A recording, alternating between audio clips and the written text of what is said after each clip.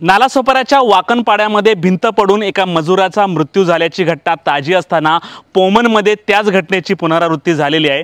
या ठिकाणी मी उभा आहे। पोमनच्या शास्त्रीपाडा परिसरामध्ये एक अनधिकृत बांधकामाची भिंत पडली आणि 2 मजूर गेल्याची प्राथमिक माहिती समोर आलेली आहे, परंतु याला कुठल्याही शासकीय अधिकाऱ्याने दुजोरा दिलेला नाही। स्थानिकांनी सांगितल्याप्रमाणे काल दुपारी 12च्या सुमारास ही भली मोठी 25 ते 30 फुटाची भिंत होती आणि इकडे त्यावेळेला जवळपास 50 ते 60 मजूर काम करत होते आणि 2 ते 4 मजुरांच्या अंगावर ही भिंत पडली। नुसती भिंत नाही पडली तर भिंतीला जर आपण पाहिले तर 3 कॉलम होते। 3 कॉलम मुळासकट खाली पडलेले, तर हा चौथा जो आडवा पिलर आहे तो देखील खाली पडलेला आहे।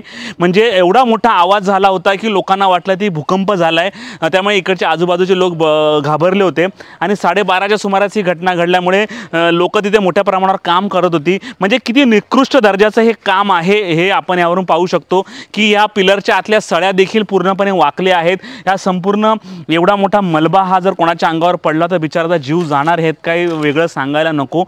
किती हे निकृष्ट दर्जाचं काम। नालासोपाऱ्याच्या घटनेनंतर देखील काही कोणी धडा घेतलेला नाहीये का? जर अशा प्रकारे एकीकडे अनधिकृत बांधकामांना पाठीशी घातलं जातंय, परंतु अशा प्रकारच्या भिंती पडून लोकांची जीव जात असेल तर मजुरांचा जीव एवढा स्वस्त झालाय काय, हा प्रश्न आता उपस्थित करायला लावणार आहे। या घटनेला 24 तास झाले तरी ही घटना बाहेर आली नव्हती। ही घटना दाबण्याचं काम जे आहे इकडच्या बिल्डरांकडून किंवा स्थानिक प्रशासनाकडून होत आहे, परंतु HP लाईव्हला याची कुणकुण लागली आणि HP लाईव्ह घटनास्थळी पोहोचलं आणि ही संपूर्ण घटनेची इत्थंभूत बातमी आम्ही तुम्हाला देत आहोत। परंतु या घटनेतून तरी यापुढे शिकलं पाहिजे। पोमनमध्ये अशा प्रकारचं अनधिकृत बांधकाम ही काही नवीन घटना नाही। ह्या परिसरात अशी अनेक अनधिकृत बांधकामं आहेत। शास्त्रीकरपाडा असेल, आसपासच्या परिसरात मोठ्या प्रमाणावर अनधिकृत बांधकामं आहेत, परंतु त्याचा दर्जा देखील पाहिला जात नाही। ह्या निकृष्ट बांधकामावर कुठल्याही प्रकारची देखरेख ठेवली जात नाही। पटापट गाळे बनवायचे आणि विकायचे, याच मागे हे जे आहे की मजूर असतात।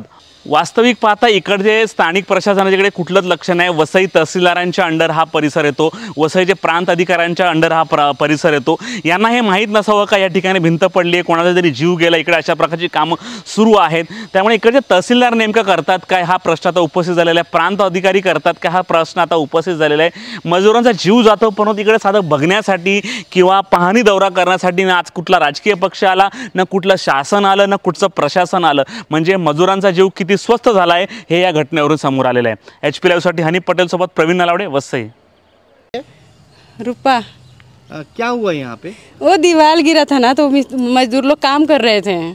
तो मजदूर लोग काम कर रहे थे कि हम लोग ईटा जोड़ रहे थे कि क्या, ऐसा पलटी खाया हम लोग भी नहीं देखे। दीवार गिरने के बाद आए तो देखे। कितने लोग इसमें मरे हैं? अभी तो सुन रहे हैं कि 2 कि 3 ऐसे ही सुन रहे हैं। कभी का हादसा? ये 12:30 बजे का हादसा है। कल का? हाँ, कल का।